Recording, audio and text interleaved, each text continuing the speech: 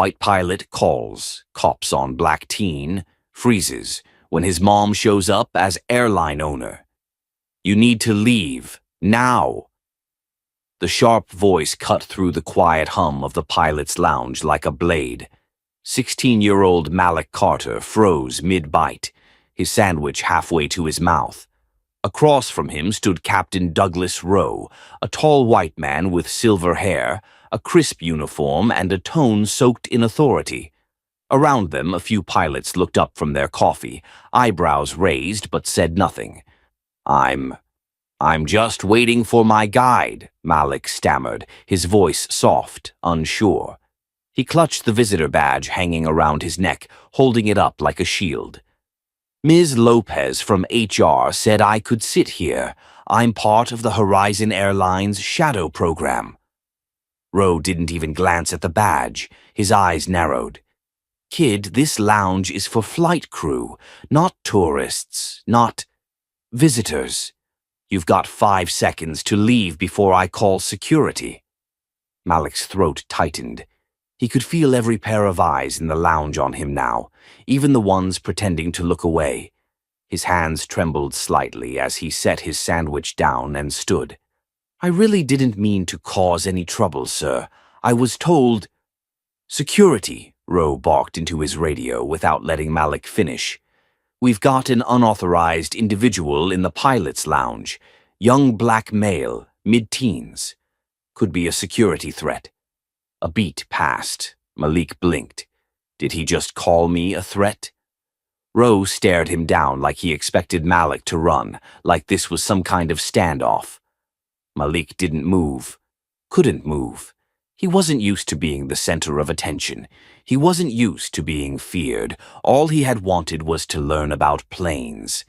Just 10 minutes earlier, he'd been sitting in awe, watching a documentary on the evolution of jet engines. Ms. Lopez had left for an unexpected meeting and told him kindly, "Sit tight. Relax here. I'll be back in 20. That was before Captain Rowe walked in, took one look at him and made up his mind. Now Malik stood in silence as 2 uniformed airport security officers arrived, flanking him like he'd just been caught stealing. You got ID? One of them asked sharply, already reaching for the badge still dangling from Malik's neck. He held it up again. It's right here. Look, it says— The officer snatched it away before he could finish. He read it quickly, then looked at Rowe.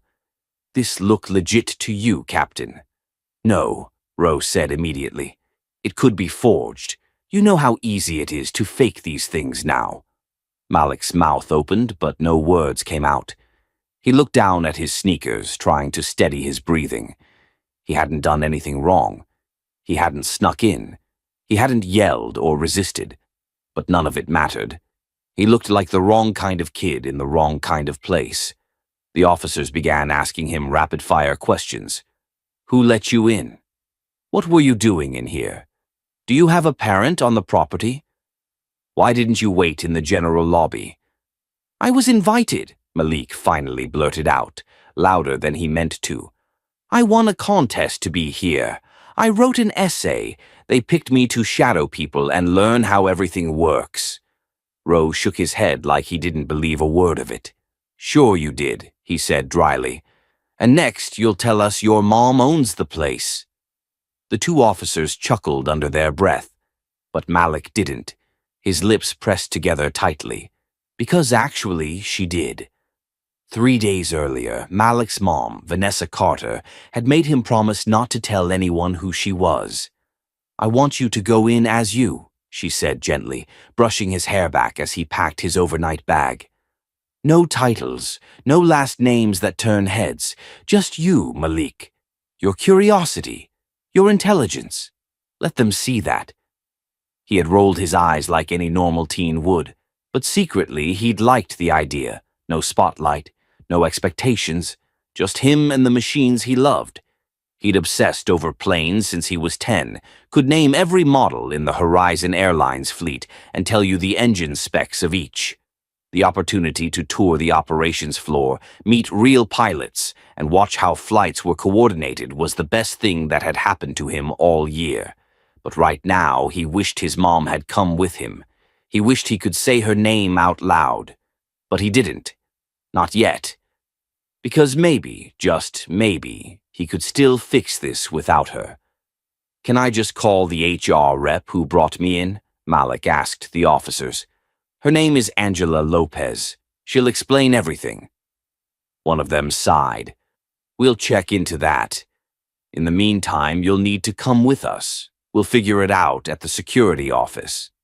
"I didn't do anything," Malik said, his voice cracking. Rose stepped forward, smiling smugly. "That's what they all say." Malik's stomach twisted.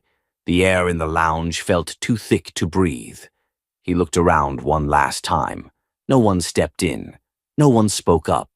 The pilots in the lounge averted their eyes. He wasn't one of them. And they were letting him know it. "Would you like me to continue into Chapter 2 next when you're ready? Let me know and I'll keep the drama flowing exactly how you need." The walls of the security office were beige and bare, sterile in the way government buildings always were. Malik sat in the far corner, his hands resting in his lap, his legs bouncing with nervous energy. Across from him, the two officers who had removed him from the lounge typed something into a terminal, glancing up every so often like they still hadn't figured out what to make of him. His visitor badge, ripped from his neck, sat on the desk beside a half-full coffee cup. It felt like a piece of him was lying there under scrutiny, doubted. "I told you," Malik said, his voice hoarse from holding back. "I was invited. I won a spot. Horizon Airlines picked me for the Shadow program." The younger of the two officers, a guy with buzzed blonde hair and mirrored sunglasses tucked into his shirt collar, looked at him like he'd heard the story 100 times before. "Right. And what exactly were you shadowing? The flat-screen TV?" Malik's jaw clenched. "Ms. Lopez left me there while she handled an issue. She told me to wait. I didn't break in. I didn't lie." The older officer, thicker build, salt and pepper stubble, sighed and finally turned toward him. "Look, kid, we get it. You say you were told to wait in the lounge, but to be real with you, that's not protocol. Interns and guests don't just hang out unsupervised in restricted crew areas." "So call her," Malik snapped, then instantly regretted how loud it came out. His voice cracked. "Just call her. Angela Lopez, HR. She knows me." They stared at him a beat longer. Then the older officer grunted and picked up the phone. Malik looked down at his sneakers. The floor under him seemed to tilt and sway, like he was on a boat without balance. He hadn't cried yet, but it was close. Not from fear. Not exactly. From the fury of being stripped down to a problem before anyone even asked him why he was there. And from how familiar it all felt. He thought of his mom's words before he left. "Keep your head up, baby. You don't need to prove who you are to anyone but yourself." But proving himself was all he'd been trying to do since he walked in. The phone call didn't take long. The officer nodded once, said, "Thanks," and hung up. "Well," he said, turning to his partner, "Angela Lopez confirms his story. He's in the program. Authorized access. Said she gave him permission to use the lounge while she stepped away." Buzzcut guy looked slightly annoyed. "So, what? We just let him go? What else are we gonna do?" the older one muttered. "Can't hold him on nothing." But neither of them looked at Malik. No apology, no acknowledgement. Just two men inconvenienced by the truth. Malik stood slowly. "Can I have my badge back?" The officer hesitated a beat, then picked it up and handed it over without a word. Malik took it gently, brushing his fingers along the edge where it had snapped off the lanyard. He started toward the door, then paused. "You could have just asked me," he said, turning back, "instead of assuming I didn't belong." Neither of them said a word. He walked out. The terminal buzzed with normalcy. Gate announcements, footsteps, rolling suitcases. Malik's steps were slower now, like the weight of the last hour had settled in his chest. He made his way toward the elevators, looking for the HR office, trying not to think about how everything he'd hoped for today had turned into something sour. Then his phone buzzed. "Mom, call me." Now, he hesitated.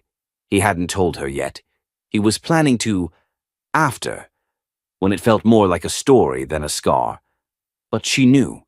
Of course she did. He called. Her voice was clipped, controlled. "Malik, what happened?" He tried to soften it, tried to downplay the worst parts. "I was sitting in the lounge, watching a show like Miss Lopez told me. Then some pilot came in and freaked out, said I didn't belong, called security." "Which pilot?" she asked, voice sharp now. "I didn't get his name. Older guy, white, gray hair, thought my badge was fake." There was silence on the line. Then, very calmly, "I'm on my way." He started to protest. "Mom, no, stay where you are, I'll find you." She hung up.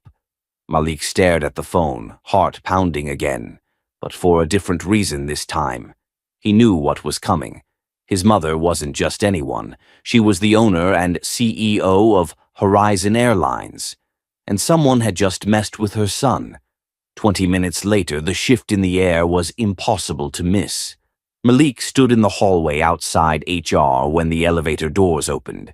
Out stepped Vanessa Carter, heels clicking against the tile, her fitted navy suit immaculate, her expression unreadable. She walked straight to him.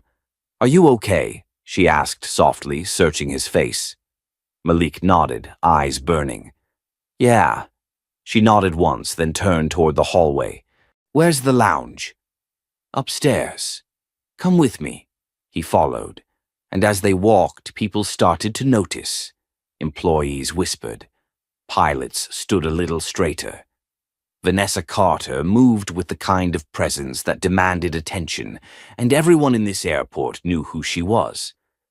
By the time they reached the lounge, a small crowd had formed, curious, cautious. And then the pilot, Captain Douglas Rowe, stepped out, talking casually to a younger co-pilot. His eyes landed on Malik first, then on Vanessa, and the color drained from his face. She stopped just feet from him. "You called security on my son," she said evenly. "You accused him of forging a badge, of trespassing." Rowe's mouth opened, closed. "I didn't know he was your—" "That's exactly the problem," she cut in. "You didn't know. And you didn't ask. You assumed, based on his skin, based on his age. You stripped my son of his dignity, his confidence, and made him feel like a criminal for sitting where he was told to sit," he stammered.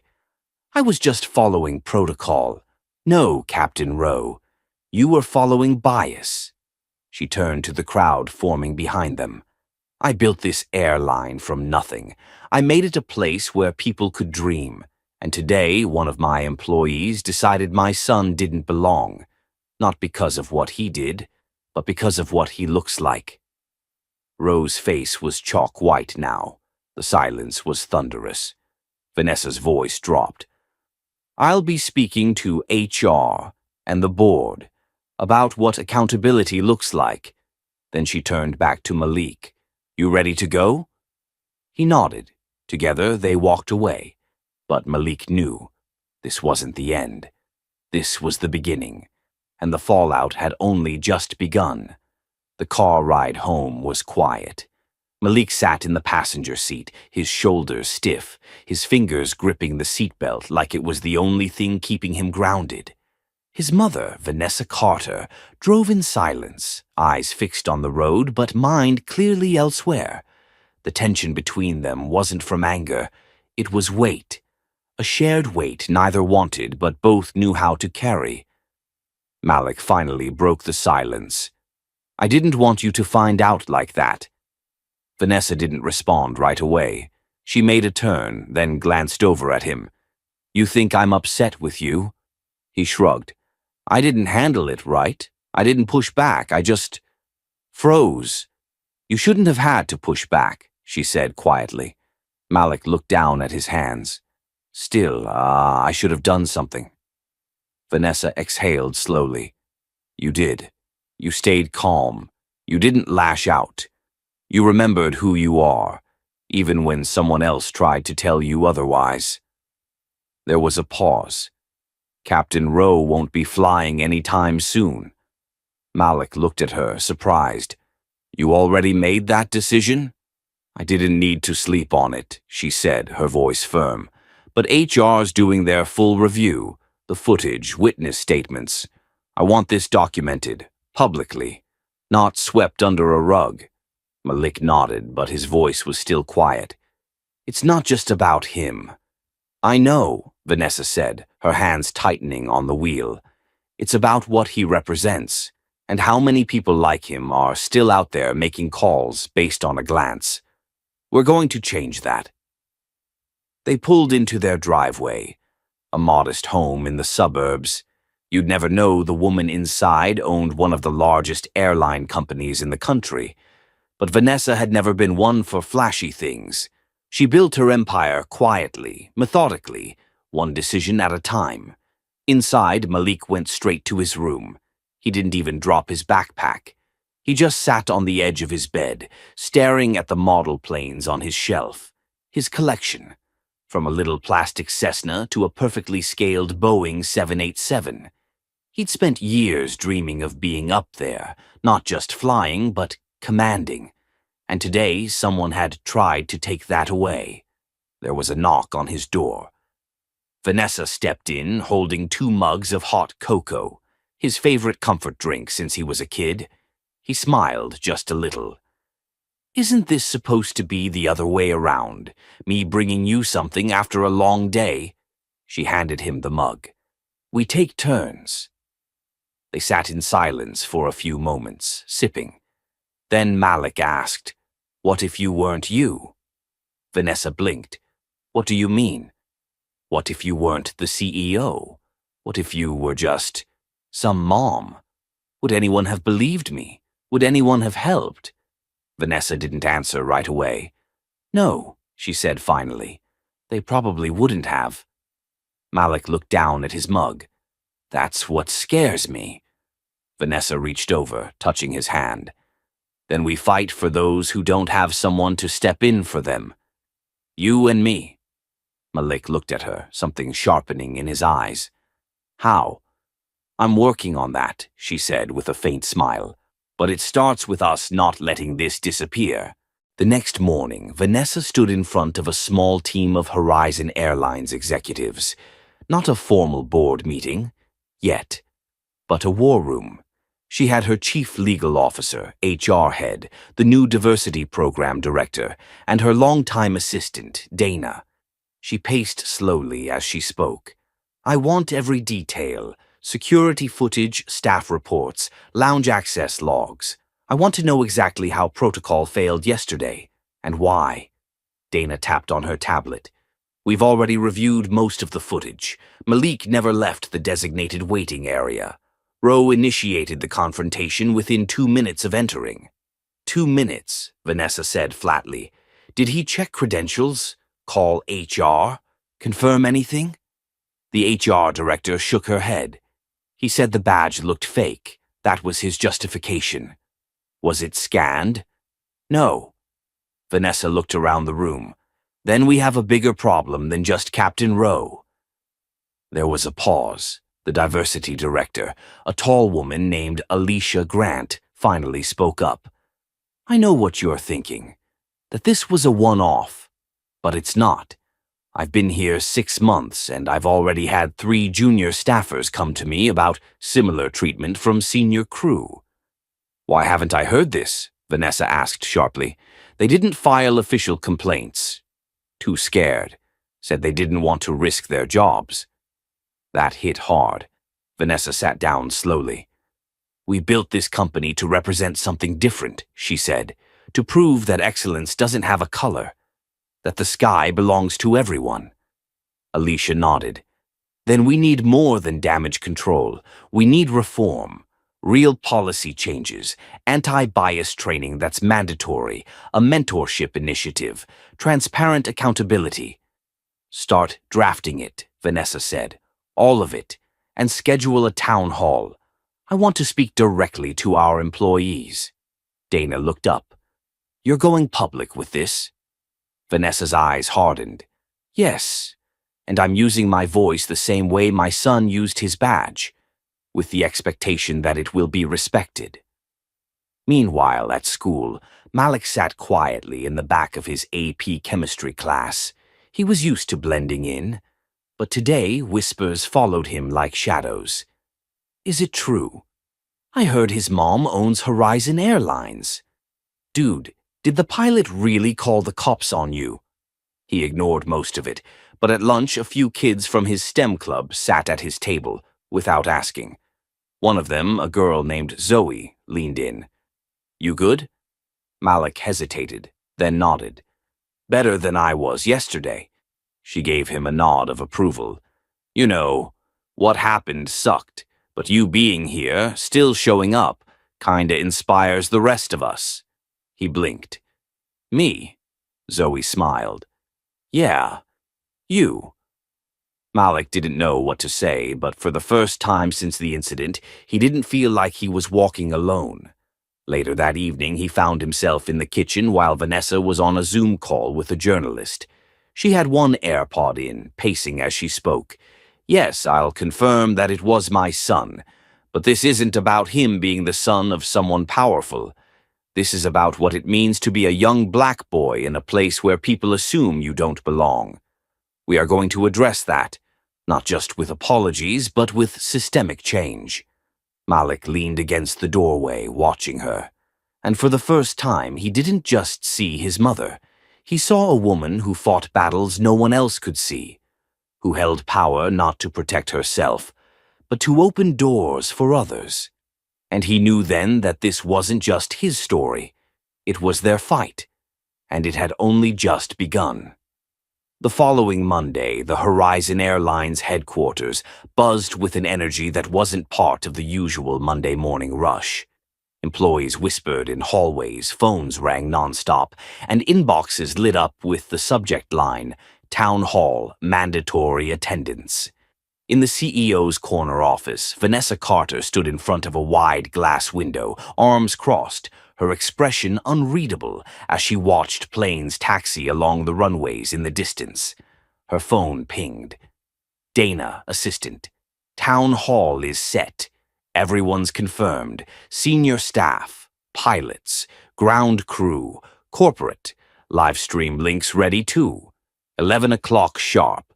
Vanessa typed back, Perfect. Let's make this count. She turned to face the mirror behind her desk, smoothed the lapels of her navy blazer, steadied her breathing. Because today the spotlight wouldn't just be on Captain Rowe. It would be on the system that let him feel entitled enough to do what he did. Malik sat in the front row of the large auditorium, alongside Dana and Alicia Grant. He wasn't just a silent observer anymore. His presence was intentional, a symbol. People turned to glance at him as they filtered in, curious, unsure. Some smiled, some avoided eye contact. A few, mostly pilots in uniform, whispered in hushed tones. Vanessa stepped onto the stage precisely at 11 o'clock. The chatter died instantly. She didn't stand behind the podium. She didn't read from a script. She stood center stage, open, exposed. Director. Good morning. Her voice rang clear through the room. I know you're all wondering why we're here, and I'm going to tell you, because it's time we stop whispering and start confronting. She paused. Let the weight settle. Last week, my son Malik Carter, 16 years old, a guest in our Horizon Career Shadow program, was wrongfully detained, humiliated, and nearly reported as a security threat, simply for sitting in a pilot's lounge. A ripple went through the room. Vanessa continued. This wasn't an issue of protocol. This was an issue of perception. One pilot saw a young black teen and assumed he didn't belong. He didn't ask questions. He didn't check facts. He called security. And my son, your guest, your future, was nearly criminalized. She let her gaze sweep the room. And here's the thing. He only got out of that situation safely because he called me. Because his mother just happens to be the owner of this airline. Silence. Absolute. But what if I weren't? What if he were the child of a janitor, or a baggage handler, or a customer service agent? What if that call hadn't gone to someone with power? She let the question hang. The answer is simple. He wouldn't have been believed, and that is unacceptable. Now the crowd was fully locked in. No phones, no murmurs, just eyes, wide and heavy. Vanessa stepped closer. This is not a witch hunt. Captain Rowe has been suspended pending a full investigation. But this is not just about one man. This is about culture. It's about systems that allow prejudice to masquerade as professionalism. She motioned to Alicia, who stood up and walked over with a folder. Today, we are launching the Horizon Equity and Access Initiative. Mandatory anti-bias training for all staff. Yes, including pilots and executives. A new review board for discrimination complaints, led by third-party oversight. And a mentorship program pairing young talent from underrepresented communities with senior leadership. Applause started softly, then grew. Vanessa held up a hand to pause it. And one more thing. She turned toward the giant screen behind her. It lit up with a new logo. The sky belongs to everyone. Then came the first image, Malik, standing beside Captain Amara Johnson in the cockpit, both smiling. Behind them, a caption, Future in Flight. Malik blinked fast. He hadn't known they'd used the photo. But he didn't look away. Vanessa's voice softened. This is about more than policies. It's about changing what we believe when we look at someone. It's about whether we see threat or potential. She nodded once. And that change starts now. The applause this time was louder. Not polite, not restrained. Real. After the meeting, as the crowd dispersed, a few people approached Malik. Hey man, that was powerful. Respect, said a ground crewman with grease on his uniform. A female pilot in her late 40s stopped beside him. My daughter's in high school too. Thank you for being brave, for speaking up through your silence. Malik didn't quite know what to say, but he nodded. Later that evening, Captain Rowe sat alone in a meeting room with an HR representative and legal counsel. His expression had shifted from indignation to unease. You're not terminating me? He asked.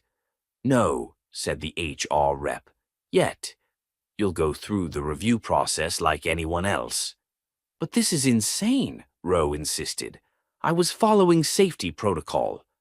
No, said the rep calmly. You were following your instinct. And your instinct was biased. That's the issue. Rowe leaned back.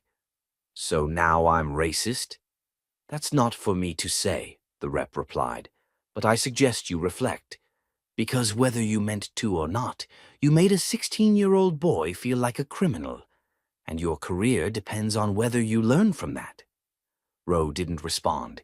He wasn't used to being on this side of the table. Meanwhile, at home, Malik sat on his bed, reading messages from strangers, students, aspiring pilots, even airline staff from all over the country. Thank you for standing up. Your story made me cry. I want to be a pilot too. I hope I can meet you someday. He turned to his mom, who stood in the doorway. I didn't know just existing could be activism. Vanessa smiled, tired but proud. Existing as your full self, in a world that tells you not to? That's the bravest activism of all. He set the phone down. I want to do more. You will, she said.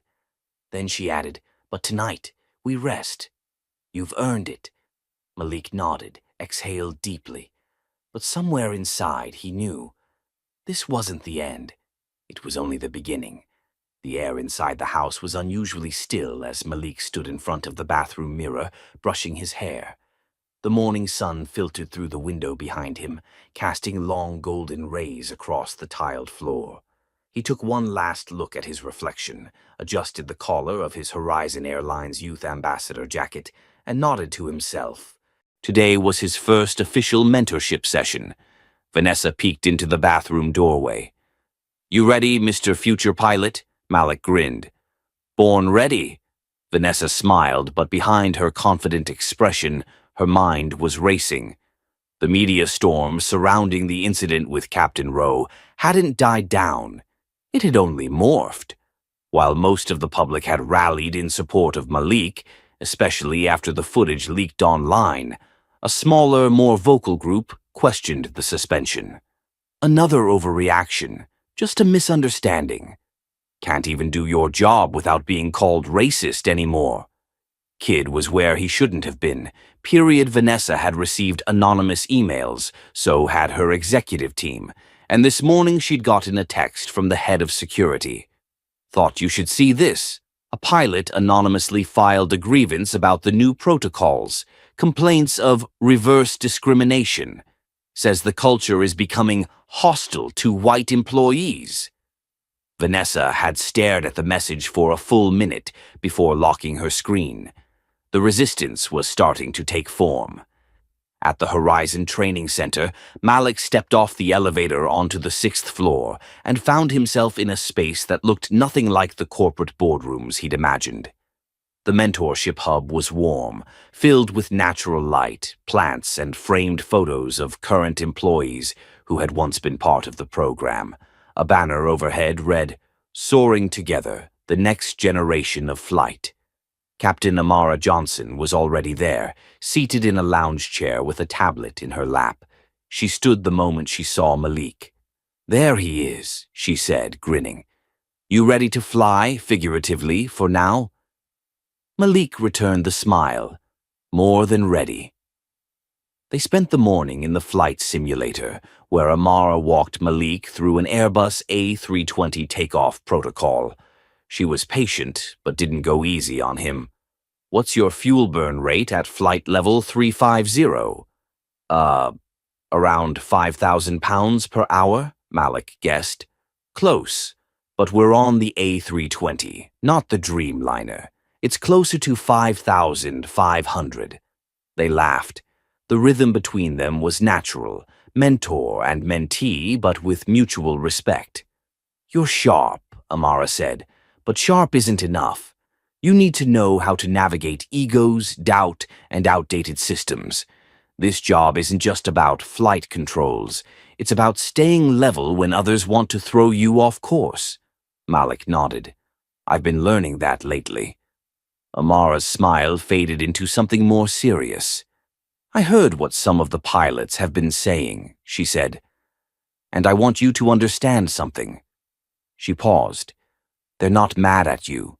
They're scared of change. They see someone like you rising fast and assume it means there's less space for them. That's not how it works, but fear doesn't care about facts."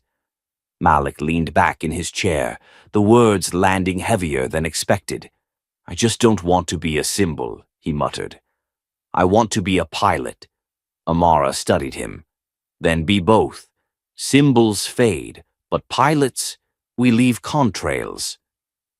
Back at HQ, Vanessa sat in a private conference room with two members of the board, both older white men who had been with the airline since its early regional days.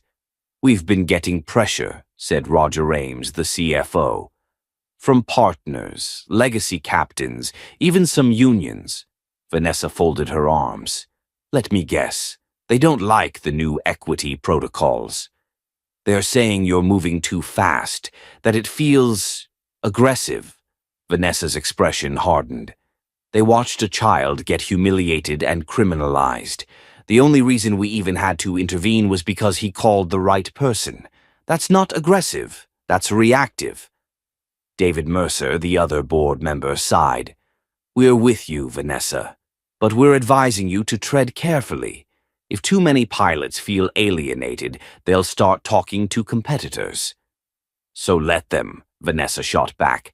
I'm not interested in retaining people who think bias is an acceptable part of protocol. She stood, preparing to end the meeting. This isn't about politics, it's about human dignity. We don't get to build an industry that glorifies flight and then clip the wings of the people who dream to join it. Neither man argued, but they didn't nod either. As Vanessa left the room, she exhaled sharply. Being right didn't make change easier. It made it harder. That evening, Malik was on the couch, laptop open, watching YouTube clips of pilot tutorials. He paused when his phone buzzed. A DM from a classmate he hadn't spoken to in a while. "Hey, saw the news. Didn't know you were into aviation like that. That's dope. Ignore the haters." A few more messages followed, from a girl in Florida. "You're inspiring. My little brother wants to be like you." From a student pilot in Denver. "Had something similar happen to me during ground school. Keep pushing, man." Malik smiled. For every troll, there were 10 voices rooting for him. But then he opened his email. One subject line made his breath catch. Urgent. Suspension of Captain Whitman. Overturned. Reinstatement effective immediately. He sat upright. What? He opened the message. It was a forwarded memo from an anonymous employee.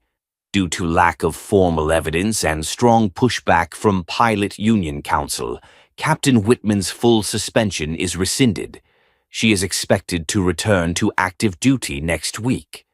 Malik stared at the screen, disbelief giving way to anger. They were letting her come back? After everything? His fingers hovered over the keyboard. He wanted to scream, to throw the laptop across the room, but then he heard his mom's voice, her actual voice, from down the hallway. "Malik, dinner's ready." He shut the laptop gently, and he got up. Because this wasn't over, not even close. The airport cafeteria buzzed with quiet chatter as employees filtered in and out, grabbing late lunches or bad coffee. Malik sat near the corner of the staff break room, hunched over a paper cup and a turkey sandwich he wasn't really eating. His phone lay face down on the table, but his mind was replaying the email like a glitching loop. Captain Whitman. Reinstated. He hadn't told anyone yet. Not even Vanessa. He wasn't sure if she already knew, or if she was in meetings, building legal plans behind closed doors. All Malik knew was this. They weren't done. Across the room, he spotted Ethan Kim, another student in the Horizon Mentorship Program. Ethan waved, then hesitated before walking over. "You okay?" Ethan asked, slipping into the chair across from him. Malik didn't answer right away, his jaw clenched. "They're reinstating her," he said flatly. Ethan's brow furrowed. "What?" "Captain Whitman, she's coming back. Next week." Ethan blinked. "But after everything?" Malik leaned back in his chair, arms crossed. "Apparently, the union didn't like the optics, said there wasn't sufficient procedural cause, said it was all too personal." He air-quoted the words bitterly. Ethan shook his head. "That's insane." "Welcome to the sky," Malik muttered. There was a beat of silence between them. Then Ethan leaned forward. "You know what that means, right?" "What?" "She's not just coming back, she's probably gonna try and spin it. Victim card, damage control. It's not over." "I know." Upstairs, in a secured conference room, Vanessa stood before a screen displaying an internal report. Her executive team sat quietly, eyes scanning the pages. The words were cold, calculated. Pilot reinstatement, legal context, union demands, media strategy. She flipped to the next slide. Proposed public statement. We remain committed to diversity and due process. Vanessa let out a dry laugh. That's their idea of accountability? Her assistant, Rachel, spoke up carefully. The legal team says if we push too hard, the union could file a formal grievance. They have clout. influence. I have something better, Vanessa replied sharply. The truth. She turned off the projector. Captain Whitman didn't make a mistake. She made a judgment, based on race, appearance, and power, and now they want to hand her a clean return? Number, not if I can help it.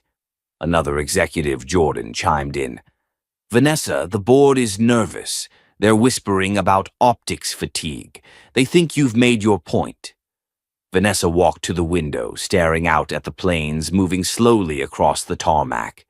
I didn't set out to make a point, she said quietly. I set out to protect my son. She turned back to the room. But if I've got to fight the system from inside to protect 100 more kids like him, I'll do it every single day. The following morning, Malik received a surprising call. Malik, this is Captain Amara Johnson. Got a minute? Of course, he said, instantly alert. Meet me at hangar 3 in 20. Bring your ID badge. 20 minutes later, Malik entered the cavernous hangar to find Amara waiting beside a Horizon Airbus A220. The smell of fuel and hydraulic fluid hit him like home. What's this? He asked, eyes wide. Your first solo cockpit walkthrough, Amara said, grinning. I figured you could use something to remind you what you're fighting for. She handed him a checklist and motioned to the stairs leading into the aircraft. Malik climbed the steps, entered the flight deck, and sat down slowly in the captain's seat. He ran his hands over the controls, feeling the quiet hum of the powered systems. It felt right. It felt real. Amara climbed in behind him. You know, she said, every system in this cockpit has a backup. Every process has a fail-safe. Even in a crisis? He asked. Especially in a crisis, she said. The plane doesn't care who's flying it. It only cares if you know what you're doing. Malik turned to look at her. And what about people? He asked. What's the fail-safe when they stop seeing you as one? Amara's eyes softened. You build one, she said, and sometimes you start with yourself. Later that afternoon, Vanessa held a press conference. She stood before a line of cameras, her expression calm but unyielding. Recent developments regarding the reinstatement of Captain Whitman have raised serious concerns, she began. While we recognize the role of unions and procedural due process, we also recognize the importance of accountability. She paused. This company is not just in the business of flight, it's in the business of trust. A few murmurs rippled through the crowd. I want to be clear. My son, Malik, was not the first to be misjudged in one of our lounges, and unless we change something, he won't be the last. Reporters raised hands, flashes flickered. One shouted, Does that mean Captain Whitman will be fired after all? Vanessa stared straight into the camera. It means this company will no longer protect prejudice disguised as protocol. Not on my watch. The video clip went viral by nightfall. On social media, hashtags like #I stand with Malik and #Vanessa. Jackson, for justice, trended for hours, but not all responses were supportive. Some pilot forums exploded with fury. She threw a good captain under the bus. This is PC nonsense. She's making it harder for the rest of us. Inside a private chat room, someone typed, If she wants war, she'll get one.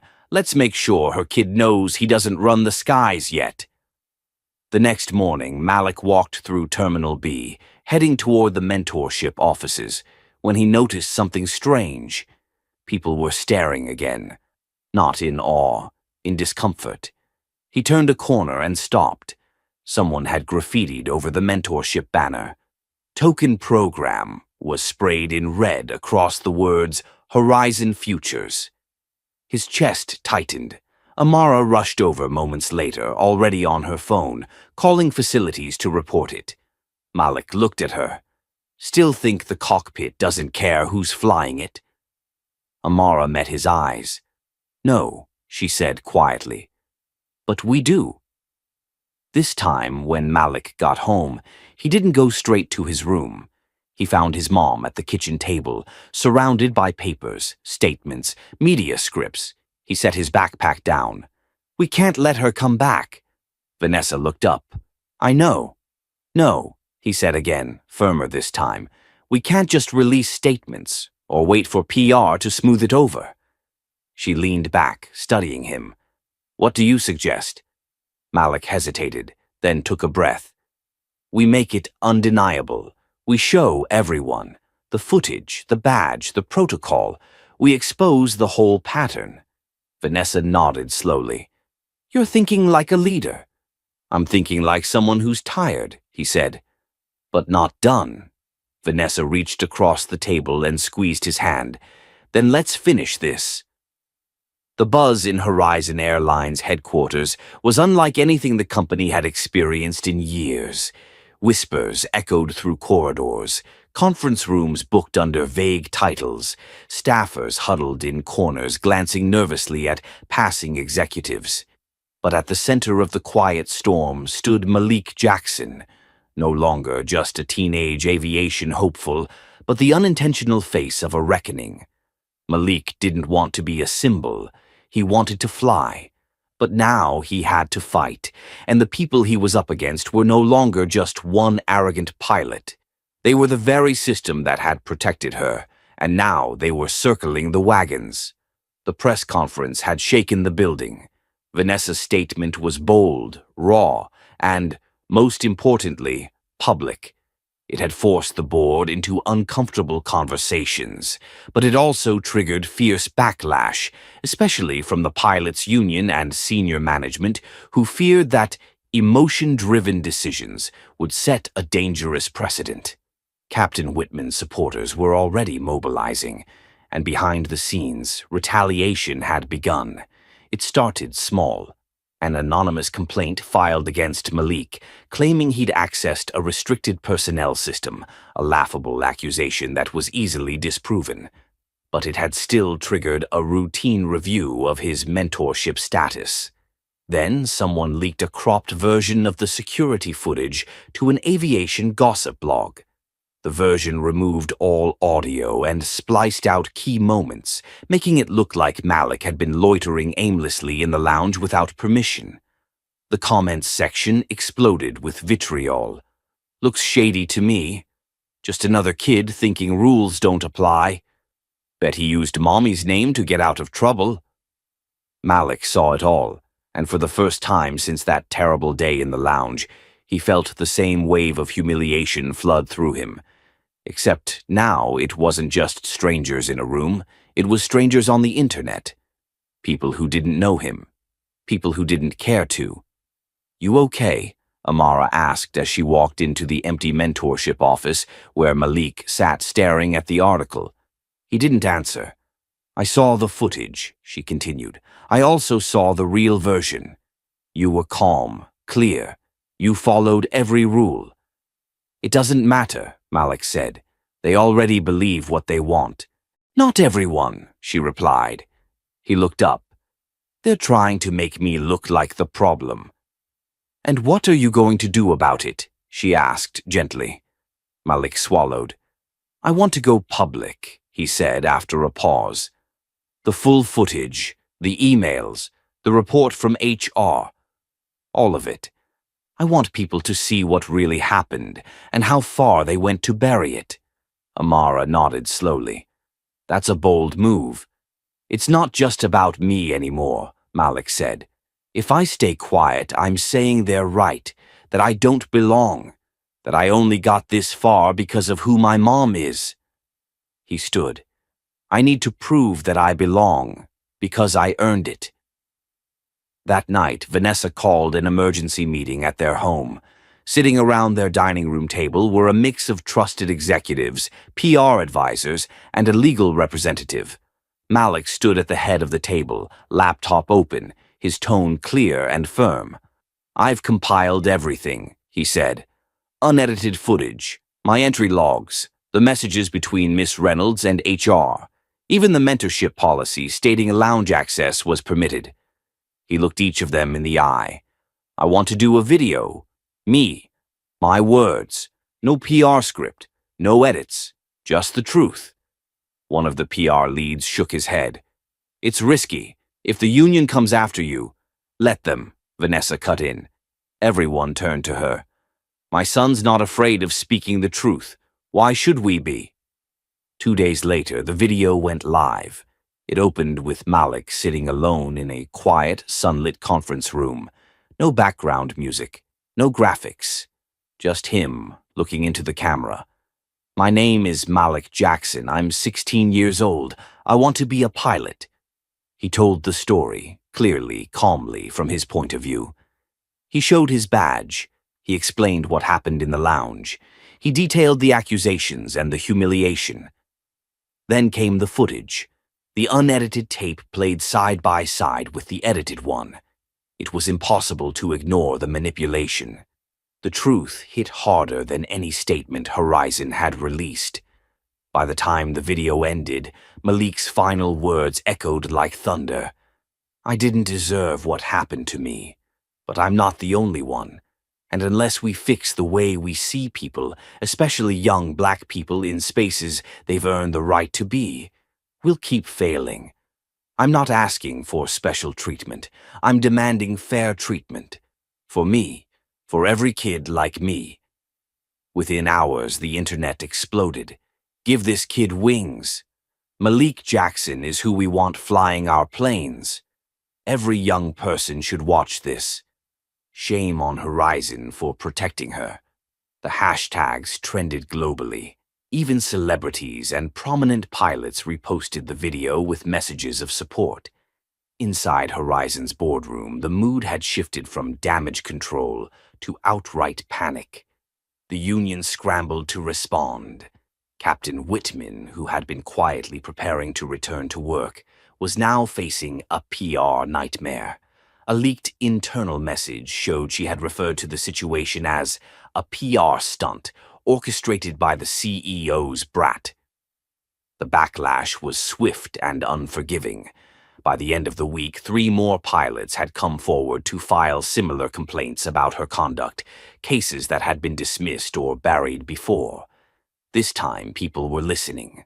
On Sunday morning, Malik sat on the roof of his home with his mom, watching planes arc across the sky. You really sure you're okay? Vanessa asked, her voice soft. He nodded. I think I needed to go through it, he said. Not just for me, but for everyone watching. Vanessa looked at him, proud and pained. I spent years trying to shield you from this world, she said. Malik smiled faintly. But you also taught me how to fight back. The next morning, an internal email was sent to all Horizon employees. Subject, Personnel Update, Captain Rebecca Whitman. Effective immediately, Captain Whitman has been terminated for conduct, unbecoming of a Horizon Airlines employee and violation of our anti-discrimination policies. We are committed to creating a culture where every voice is heard and every person is seen. We thank Malik Jackson for his courage and leadership. The glass walls of Horizon Airlines headquarters reflected the morning sun like mirrors, bright, unbothered by the firestorm that had shaken the company from its foundation. But inside, everything had changed. Malik Jackson stood behind the podium in the company's main auditorium. Rows of students from the newly launched Horizon Futures Mentorship Program filled the seats. Young faces, diverse and eager, dressed in business casual, notebooks clutched in nervous hands. Most had never seen an aircraft cockpit in person. But they were here. They were curious. And more than anything, they wanted to belong. Just like he had. Malik took a slow breath. The crowd was quiet, waiting. He adjusted the mic. Hi, I'm Malik Jackson. I'm 16, and I still want to be a pilot.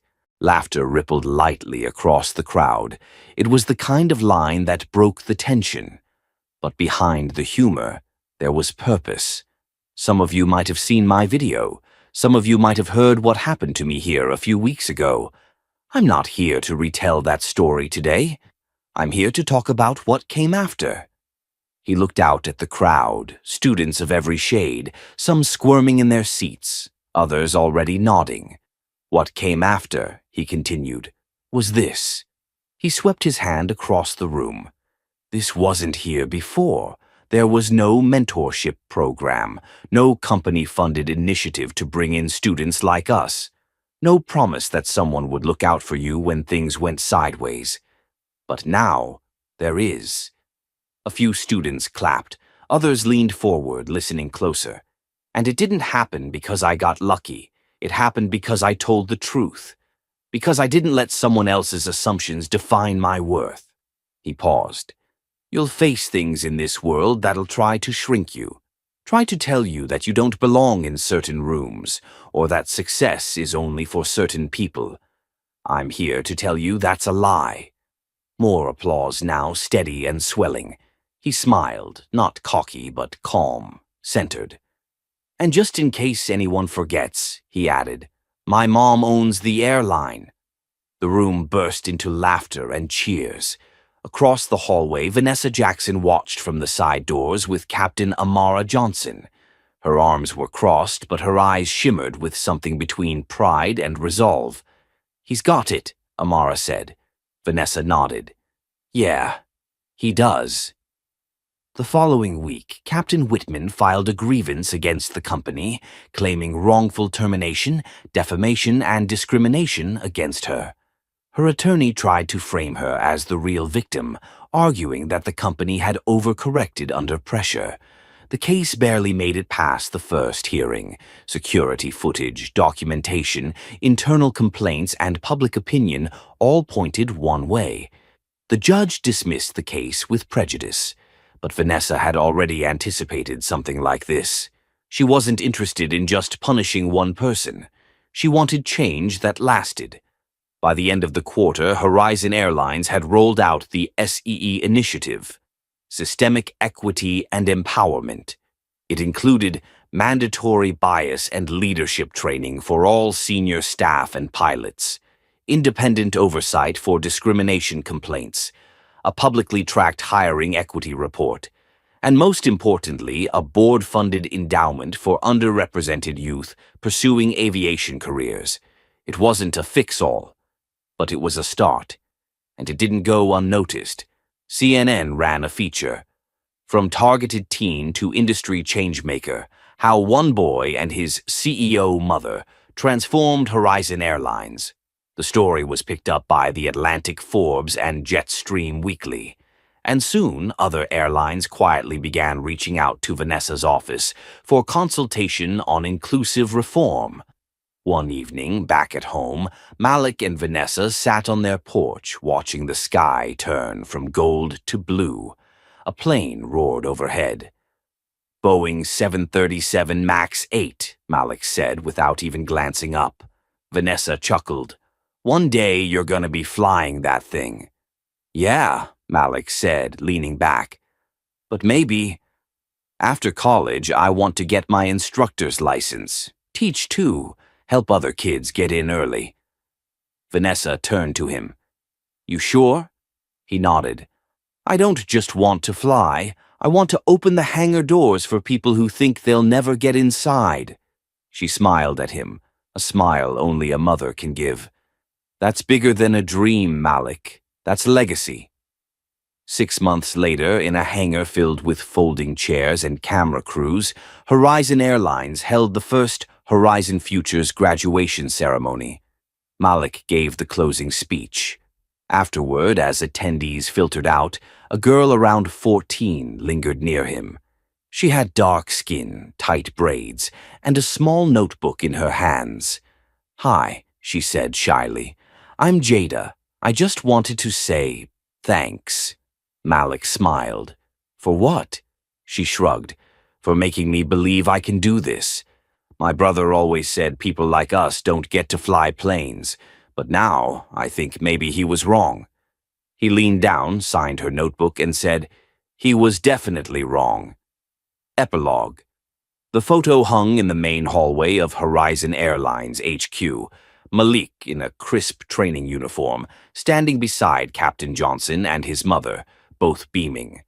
Beneath it, a quote, "The sky doesn't belong to one kind of person.